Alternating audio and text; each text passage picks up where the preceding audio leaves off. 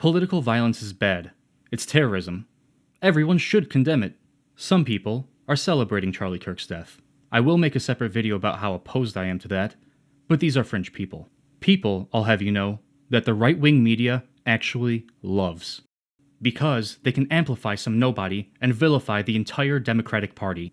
As if you can find major left-wing outlets, politicians, or policymakers calling for or celebrating violence.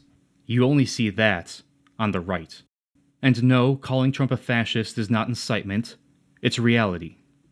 I don't mean the overused bad vibes version of fascism morons use to name-call anything. I mean pure, crystal clear, unadulterated fascism by definition. The continuous calls by nationalist militants to redemptive violence to internally cleanse our country in violation of our civil rights and democratic liberties under the cult of Donald Trump. Republican figures, and I say Republican rather than far-right because I want to stress that these are not fringe people. They are representative of the party as a whole. These people explicitly invoke the Reichstag fire, the excuse used to give Hitler his permanent emergency powers. Not even a day after Charlie Kirk's death, and before the shooter was found, motives uncovered, or trial initiated, we have universal condemnation of Democrats and even declarations of war. They have the audacity to blame Democrats for fringe radicals that are condemned by the party. Democrats who refuse to escalate after their own elected representatives and family are assassinated. We have mainstream media, members of Congress, and the fucking President of the United States calling for retribution against the entire Democratic Party for an unidentified shooter. They aren't looking for a reason, they are looking for an excuse, like rabid dogs snapping at anything that moves.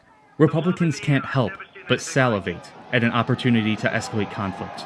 They've proven it endlessly, beyond a reasonable doubt. Years of election denial being the consensus and party line, leveraging that denial to incite violence to stop the peaceful transfer of power to steal the election.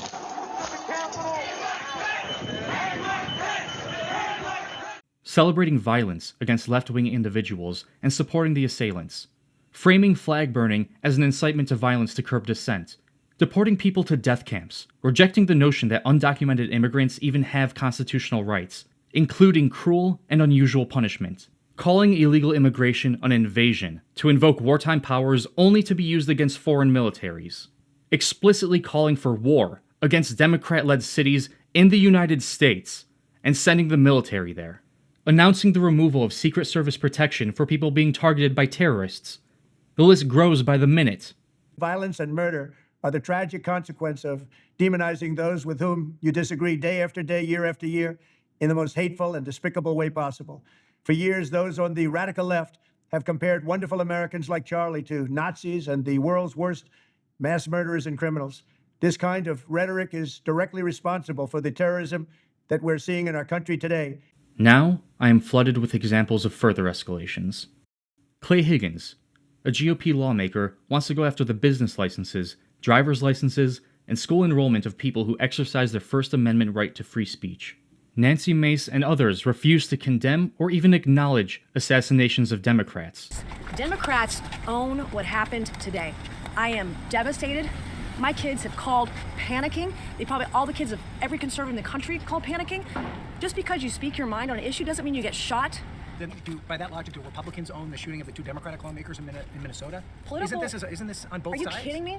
No, I'm asking. We don't know what condition Charlie Kirk is in right now. Some raging leftist lunatic put a bullet through his neck, and you want to talk about Republicans right now? No. No, I'm asking. No, not at all. You said the Democrats. No, this is on. Democrats own that. And most importantly, I'd like to hone in on the declarations of war. War is absolutely essential to fascism. They depend on it to fuel the energy of their movement. Think of fascism as fire that needs something to burn. Without more fuel, the movement dies out. Stability is its antithesis. That's why so long as MAGA has a stranglehold on the Republicans, the right will push for escalation until everything turns to ash. They have the audacity to say things like, "It's time to stop being so passive and retaliate," when all of this is solely, entirely, and unequivocally their fault. Because what Republicans have done to this point is invite the normalization of political violence, and thus invited it upon themselves. Stating this fact isn't an endorsement. It's just pointing out the inevitability of poisoning our political environment. And that's the danger of fascism. It makes violence seem not only acceptable, but inevitable. It feeds off chaos and fear until people stop believing in politics at all. That's the fire they want to keep burning. But here's the truth. Violence doesn't strengthen democracy. It destroys it. We either break the cycle of escalation, or we let fascism consume everything. So yes, condemn the fringe of voices who mock death, but never lose sight of where the real threat lies. Not in the nobodies chasing likes on Twitter, but in the leaders of a major political party openly calling for war against their fellow citizens. That is the danger. That is the reality. And that is what we have to resist.